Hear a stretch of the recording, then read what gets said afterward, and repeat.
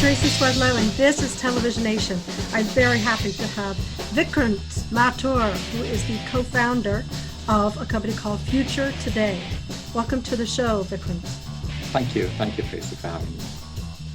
And I believe you just said you're one of two co-founders, and who was the other person?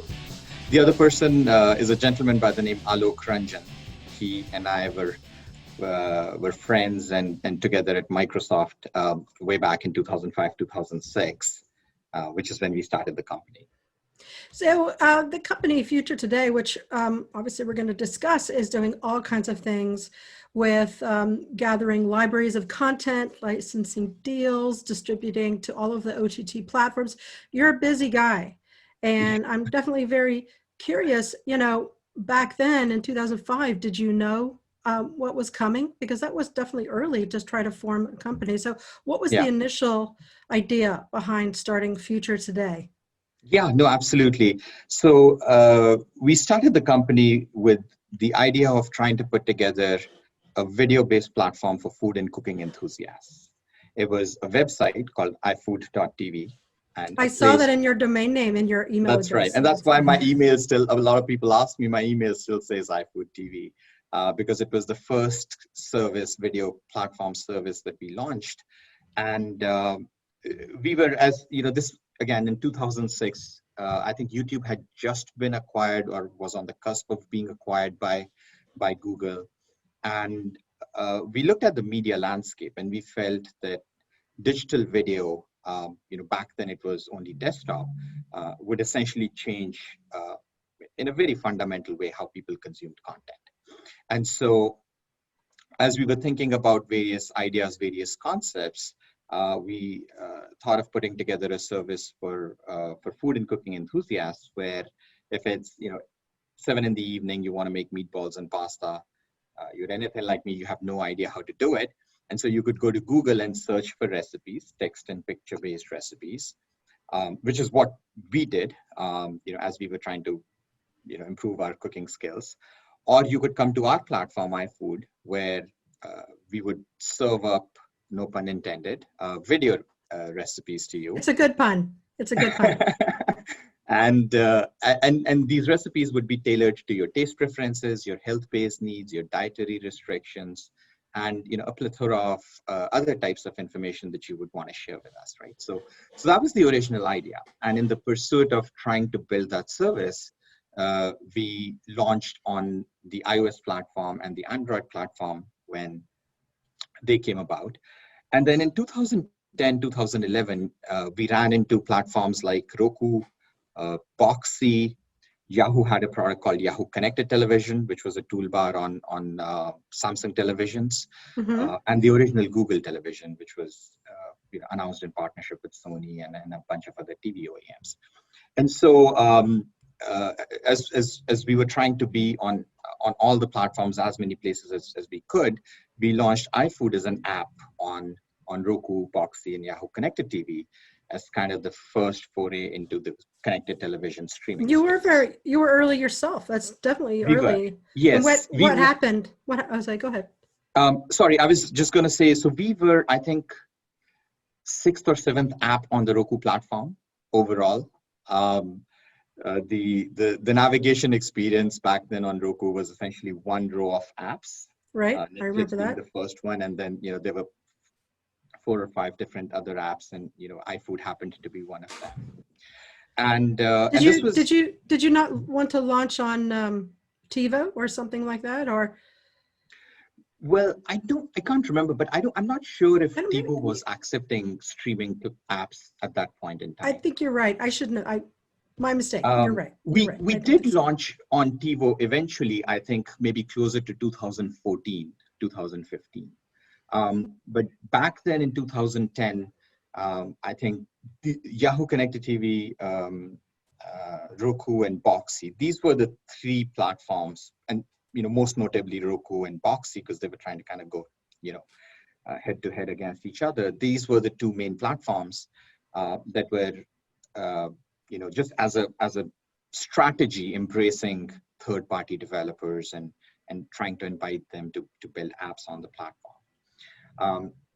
And so that's really where it started. And within a few months, as we were looking at data and usage and viewership, we noticed that the viewership and the engagement specifically that we were getting on Roku and Boxy was about 10 to 15 times higher than what we saw on desktop, right? So on desktop, as an example, we were seeing about 3 to 4 minutes of average engagement versus mobile, where we were seeing 10 to 15 minutes, versus streaming television, where we were seeing 35 to 40 minutes. And that really lit a light bulb, and we kind of took a step back and started to think about this landscape.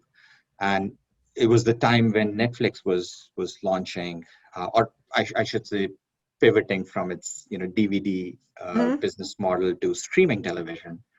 And Roku, in essence, was spun out of Netflix. And so we looked at the landscape, and we thought, one, if Netflix were to be successful, and we thought they would, there would be a lot more content that would want to make its way onto these devices and platforms.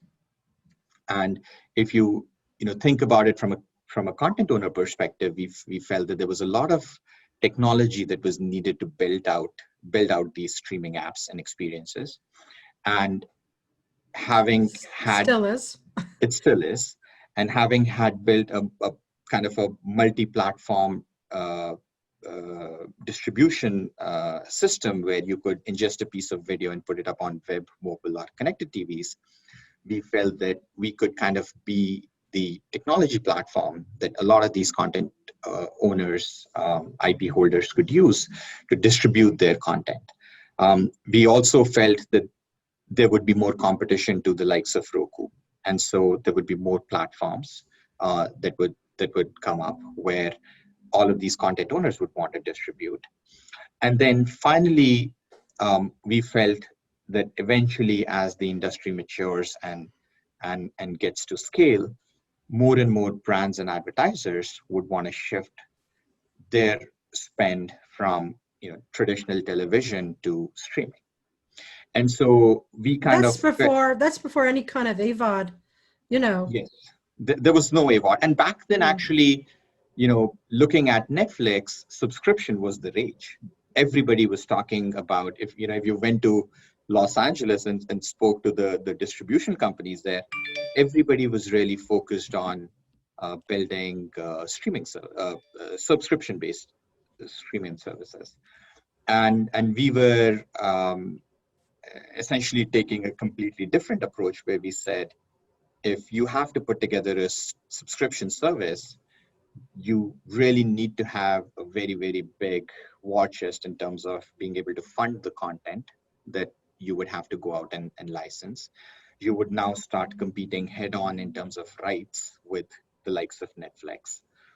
And in terms of user acquisition and just the ability for you to grow that subscriber base and continue to feed the users the content that they almost expect from a subscription service because they're paying you for it, would be tremendous. And so we looked at the landscape, and we said there would always be services like Netflix that people would use. But then for a lot of their other consumption needs, they would gravitate towards high quality, premium, free ad supported content that they could kind of get in and out of without having to make a commitment. But that's way before any of these things were created. So did you go about creating a platform that would support advertising back then? Yes. So the platform that we had built with iFood, the notion with iFood was to build a free ad-supported platform for food and cooking enthusiasts. So we had already done that. And again, if you remember back then in 2006, 2007, streaming was really expensive. And hosting was really expensive. And so we went out in the marketplace, spoke with companies like Brightcove, and it was just prohibitively expensive for us to use a service like Brightcove back then. I mean, it still is. It's really expensive. And so we did what any bootstrapped entrepreneur would do, which is we built our own platform. And so initially, that platform was meant to essentially host, encode, and stream content only to the desktop. And then it was expanded to also incorporate mobile devices as we launched on iPhone and Android. And eventually in 2010, 2011, when we launched on Roku and Boxy, we expanded the functionality to also be able to distribute and stream and monetize this content on connected televisions. My husband, personal anecdote, who is a Sure. major cooking enthusiast and self-taught, spends a lot of time culling YouTube Right. or other sites out there to watch television, Right. online, because he likes to use his computer rather than sit in front of the TV all day. Sure. But he still doesn't think that, the perfect channel is out there that can Right. do it well. But that's another topic. We're here to talk about happy kids. Yeah. Happy kids. But So I'm just saying, like, there is a need for, there are these cooking groups on Facebook. Everybody's looking for, they're still looking for the right. best cooking channel out there. All right. Yeah, Anyway. no, absolutely. So why was that channel, or does that channel still exist? I forgot to research that. iFood is actually, if you go to the Roku food and cooking category, iFood is still the #1 cooking channel. So okay, great. Why haven't you been acquired by Scripps or something? Scripps? Well, Food Network? So food is one part of what we do. And as we kind of were expanding in the space in 2011, we made the decision to, I wouldn't say abandon desktop and mobile, but really focus and put all our eggs in the kind of CTV streaming basket. And so that's what we kind of started to do. And over the years, we now have kind of two sides to our business. There's two pillars to our strategy. The first is our platform business, where we work with third parties, IP holders, content creators, influencers that have millions of subscribers and fans across various social media platforms, and help them get distribution across the various OTT streaming devices, whether they be streaming devices like Roku or smart TVs, MVPDs like Comcast, etc. And so, so that's one side of our business, and there we work with over 350 content companies, power about 700 different channels across a variety of these devices. Can you name a few? Yeah. So, for example, one of our closest and biggest partners is a company by the name FilmRise. They have movies and television shows. Really premium, high quality content, and so we manage, all of their library and their on-demand channels. On the kids and family side, we work with a number of major production companies, IP holders. Lego is an example. We run, all of Lego's streaming channels across a variety of different categories. And then in the lifestyle space, we have channels in food, health, travel, beauty and fashion, home and garden. So work with a number of companies that are producing content in that space to help them get distribution. I mean, it just seems like just even this side of your company, you're a great acquisition target. I would think so. But again, and we've bootstrapped the company, and when you bootstrap the company, you can't really build a company thinking about an acquisition or an exit event. It's you try to create value in the company, and if something happens, then that's great. But because we have to be self-sustaining, and we have to continue to grow, and so for us, what we've been, and that's why I feel we're kind of the best kept secret in the space. Just given the scale at which we're operating. We're the biggest company in the streaming space that nobody really knows about, and that's because we've just been heads down focused on execution and growth.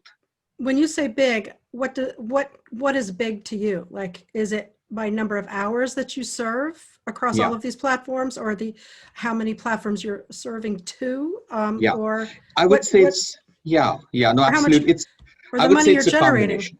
Yeah, I think it's a combination, right? So if you think about the landscape, there's really 4 segments of this ecosystem that we're trying to serve, right? The first is the content creators and the content community, who we can work with very, very closely. and help them get distribution, eyeballs, and revenue, right?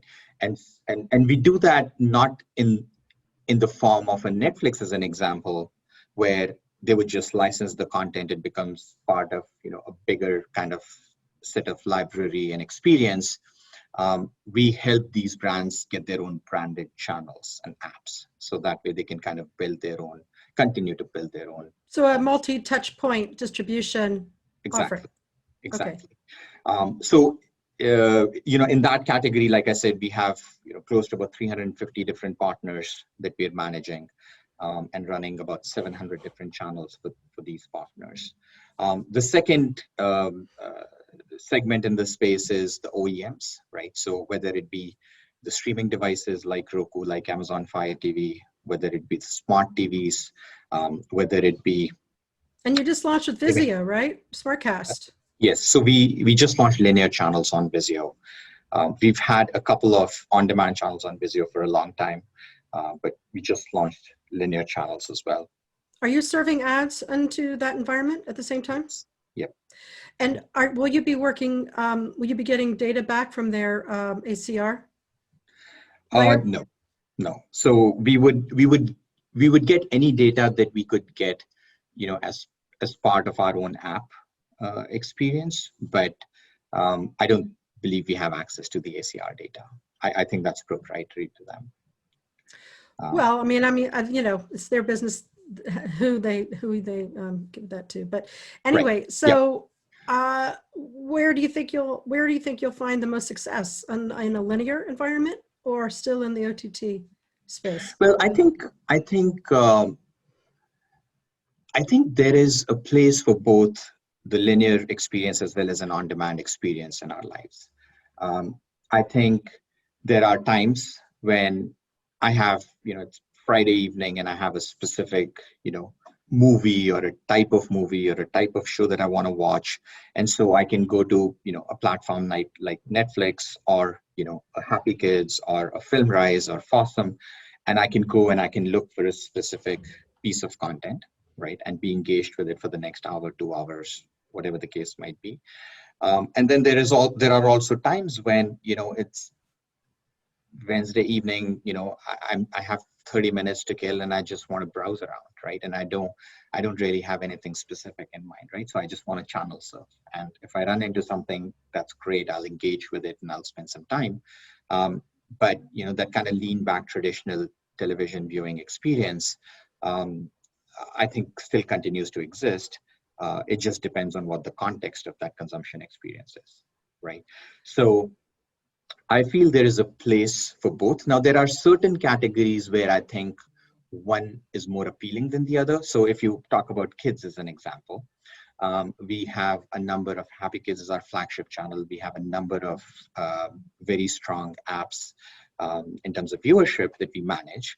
And I think with kids and family, and I have a 9-year-old and a 5-year-old, and just looking at them and their friends, I feel the on-demand experience lends itself to the needs of kids much, much better, right? And that's because in some ways, Netflix and YouTube has spoiled them where they have no patience. I mean, they anyway have no patience, but, if you, I remember we were in Santa Cruz, just for a weekend, and we were at a hotel, and my son wanted to watch Mickey Mouse. And so I turned on the TV and there was Disney Junior. And I think it was, Jake and the Neverland Pirates that was on, and Mickey Mouse would have aired, 30 minutes later or an hour later.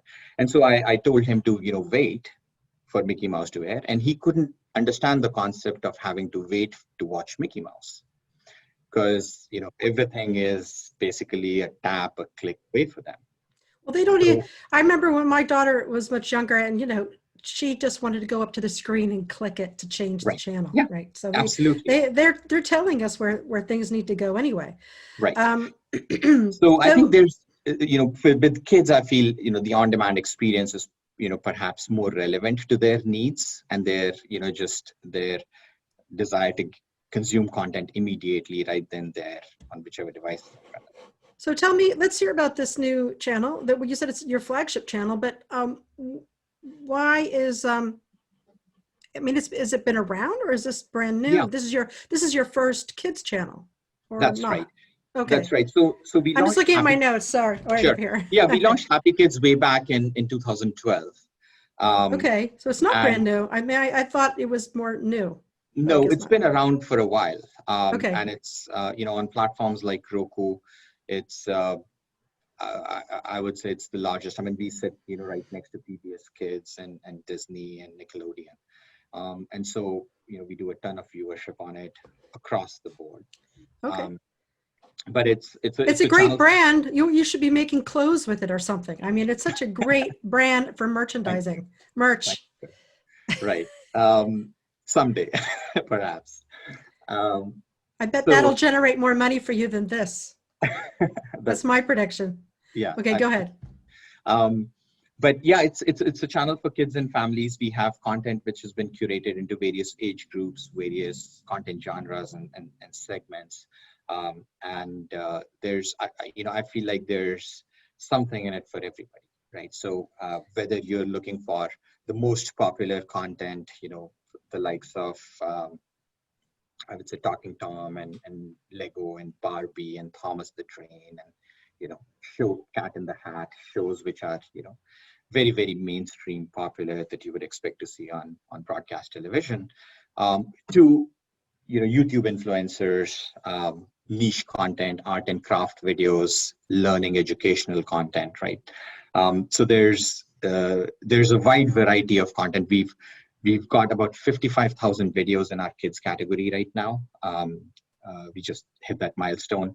And so there's so much of content that, just depending on what your needs are. I mean, who are your content partner licensing, dream partners? Like, would that be Nickelodeon or, I mean, what entities would you love to have inside your library for Happy Kids? Yeah, so it's I would say that it's a broad spectrum. We have, like I said, we have content from mainstream production studios, mainstream brands that are very, very popular, like a Barbie, like a Thomas the Train. But then we also have a lot of influencer content, brands which are very, very popular, social media on platforms like YouTube. How about that Ryan kid with all the toys? Who's he We do, doing yeah. business So we with? work with Pocket Watch. We've Oh, just that's right. launched.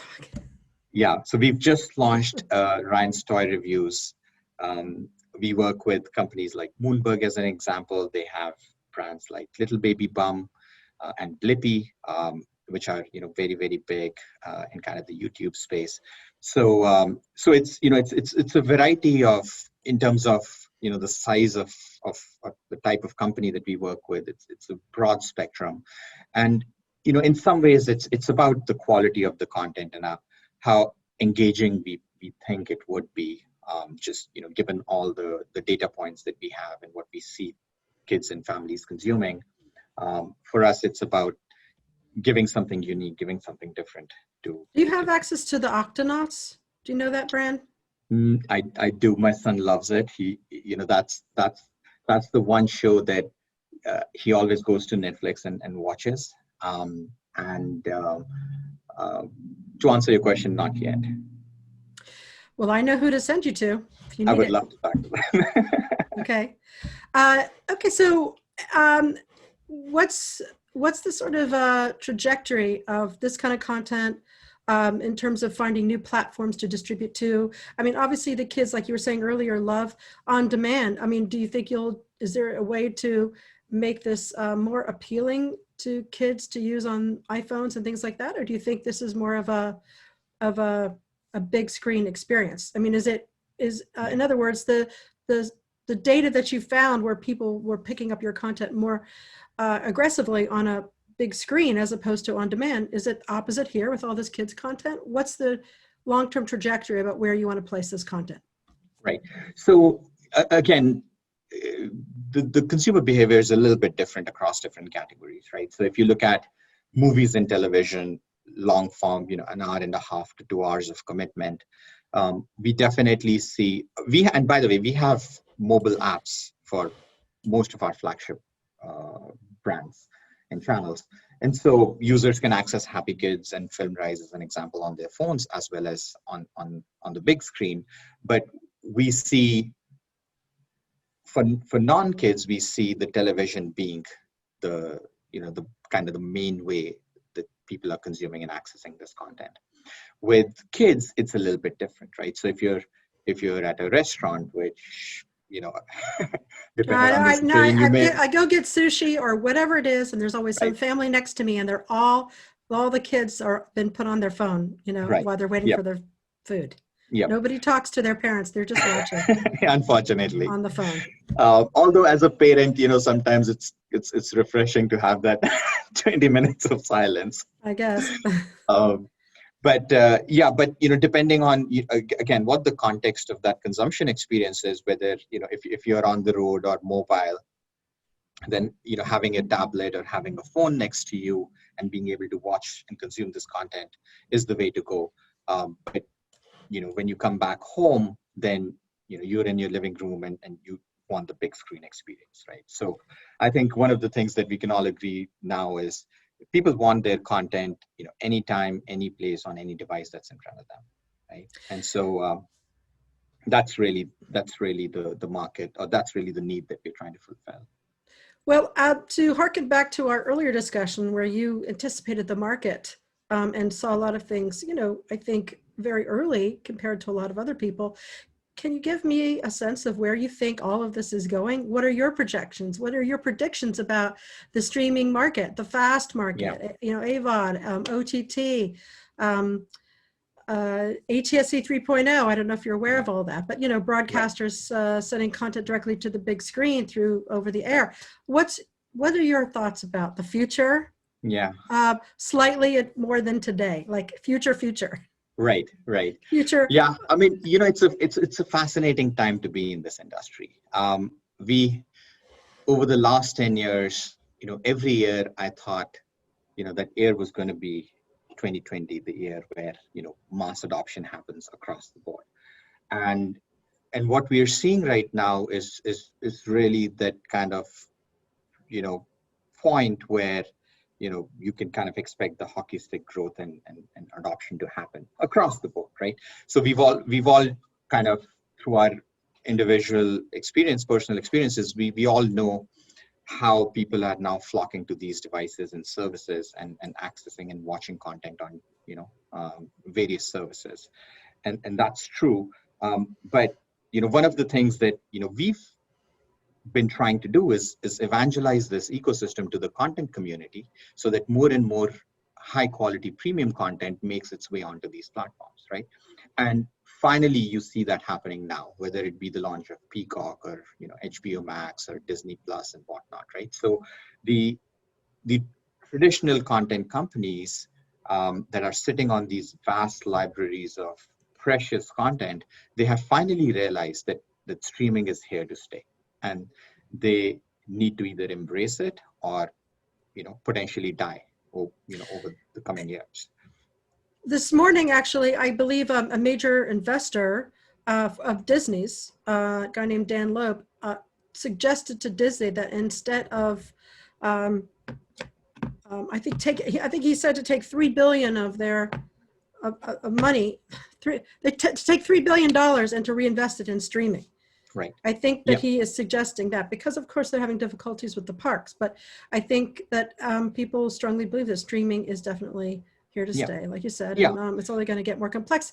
And I would say I'm still waiting for all of the content companies out there, or companies that are platform oriented like yourselves, to be more innovative and to embrace interactivity, right? And metadata, offering, and maybe incremental subscription. Right. Revenue. I still think there's a universe of things that could be done. If you've got access to your own platform, I think you have the bull by the horns. You could really control and demonstrate that you're an innovative, advanced group. what do you think about that? Is there a future for that for people, or do you think we're still going to just be streaming content only the next 10 years, Yeah. 15 No, years? What are your predictions on that? yeah, no, absolutely. I think, I think interactivity is a huge, huge thing. Um, and has now been enabled because you're sitting on an IP-based backbone as opposed to, proprietary systems. Um, I think, the challenge traditionally has been one, just, consumer behavior, right? Where TV is a very lean back experience for us, right? Half of the time, I don't even know where my remote is, right? So if I have to turn it off or change the channel, I literally have to like look under my pillows and whatnot to find the remote. And You so need I one think of that those find a key, apps exactly, on your remote control, exactly, have like a right. button. Yeah. So I think that's something, but I think it's changing with voice commands and whatnot. I think people are now more open to being more interactive with their television set. On the advertising front, we're already seeing interactivity, be just the experience being embraced through ads that you can and creatives that you can build using companies like Innovid as an example, or Brightline as an example, right? So that we've already started to see happen, where you watch a Toyota commercial and you can put in your phone number and they'll call you to schedule a test drive as an example. It's been happening for so long in terms of all the innovation that's been going on in that space, but it's still It's not minuscule. there Yeah, yet. It's it's still not there not yet. I happening. completely Yeah. agree. It's not there yet. And that's in general, from an advertising perspective, I feel that's one of the things that's, even though we've come a long, long way, if you look at the spend that's happening on traditional television versus OTT, we're still scraping the surface, right? And I think as more and more money comes into OTT and streaming, from an ad-supported perspective, I think it really unlocks, because a lot of innovation, because now you have brands who are fully embracing this mode of reaching the users at scale. You have companies that are now making meaningful revenue, so now they can spend more in research and technology, and build these kind of interactive experiences. I think platforms like Roku and Amazon that kind of own the last mile to the user, I Mhm. think are already thinking about some of these things, right? Because at the end of the day, they have access to the firmware, and they can build experiences that can be baked into the device, as opposed to an app kind of building it. And then once they bake it into the device, then developers can embrace it and build off of that, right? Well, but before we leave, I want to talk a little bit about, because we've been on for a while now, which is good. I'm enjoying the conversation, but we didn't really talk about the advertising business, Right. and how that's doing compared to the content, management and relationships with your content partners Right. versus licensing and distributing. And then, so tell me a little bit about the advertising platform and what it can do, and how does it make more money, less money than these other businesses? Where is it on your list of Yeah. So successful? we're our revenues are 100% dependent on advertising. So we don't charge for the platform. So the model is that for the most part, the platform's made available to our partners for free, and then we help them not just with streaming and distribution, but then also marketing, audience development, and monetization, right? So we're trying to be an end-to-end shop for our content partners. And so from an advertising perspective, the platform that we've built really enables us to deliver audiences across a wide variety of different content categories at scale for the brands that we're working with, right?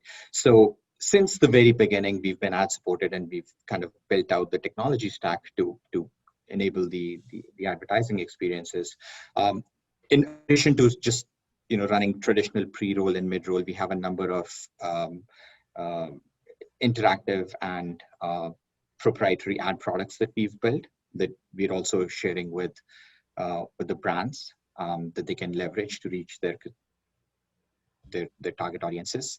On the kids front, because of COPA and the regulatory restrictions, CARU as an example, we've built a lot of proprietary technology that enables us to make sure that the advertising that we're running is, kids safe, kids appropriate, and it really meets all the regulatory constraints that we have to, operate. Is this your own sales force, or is this programmatic advertising that you're dealing with? So it's both. So we have a sales team that's going out and selling the ads directly. And then we also have a programmatic team that works with, most major DSPs, a number of agency trading desks. So we're setting up private marketplaces through the SSPs that we work with. So it's a combination of those. I would say on the non-kids side, the majority of our revenue comes through programmatic platforms, because we're seeing, again, more and more agencies embrace technology and programmatic in general in a much bigger way.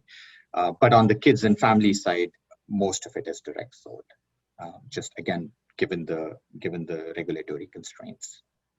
And maybe some of your providers are playing with Addressable, correct? Are you watching that? Yes. So that's something that again, on the kids side, you can't do any of that because of, targeting restrictions. But on the non-kids side, we're looking at that. And one of the things is, we've, again, just to remove the friction between the users and the content, we don't have a registration wall as an example. So we don't collect a lot of data. And so I'm also very bullish on the contextual aspect of targeting as opposed to, the addressable, because I think that, with the CCPA and a number of other states looking at, the type of targeting that you can do and whatnot, I feel like, there are certain brands who perhaps would not want to play in that space or play that game, right? So from our perspective, we want to offer as many products as are relevant to the brands that we're talking about, right? So we're looking at both contextual marketplace as well as, the addressable options that a brand may have to be able to do either reach extension type of campaigns or, unified targeting across multiple buys that they're doing, whether it be across television and digital or, desktop and CTV, right? So there's a number of different use cases there. Any other dream content genre or content partner that you can announce that you're about to come out with in the next few months, or something that, tell us a little bit what's coming up. What's coming up at Future Today? So from a content perspective, there's a few deals that are it hasn't been signed yet, so I unfortunately I can't announce it yet. But I'll promise you that you'll be the first one.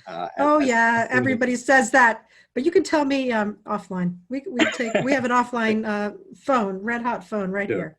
Call me when you have that. Sounds good.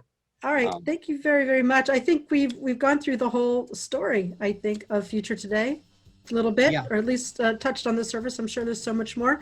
It sounds like you're a great case study because you've been around for so long and you have an interesting vision on the market and hardworking, and you have your hands dirty with what's going on a daily basis. Not in a bad way dirty, but I mean, like, you really understand the business from many perspectives. So, all right, sounds very good. Congratulations. Hopefully we can help some other parents find this content out there to so their kids can get some really quality programming to their kids. For those people who don't want to sign up for Disney Plus. That's right. Yep. Well, thank you, Tracy. Thank you for having me. It was a great conversation. Thank you so much. I really enjoyed the conversation with Vikrant Mathur. I hope I said that right. From Future Today, he was one of the co-founders. Take care, everybody. I'm Tracy Swedlow, and this is Televisionation. Contact me if you'd like to be on too. Bye, everybody.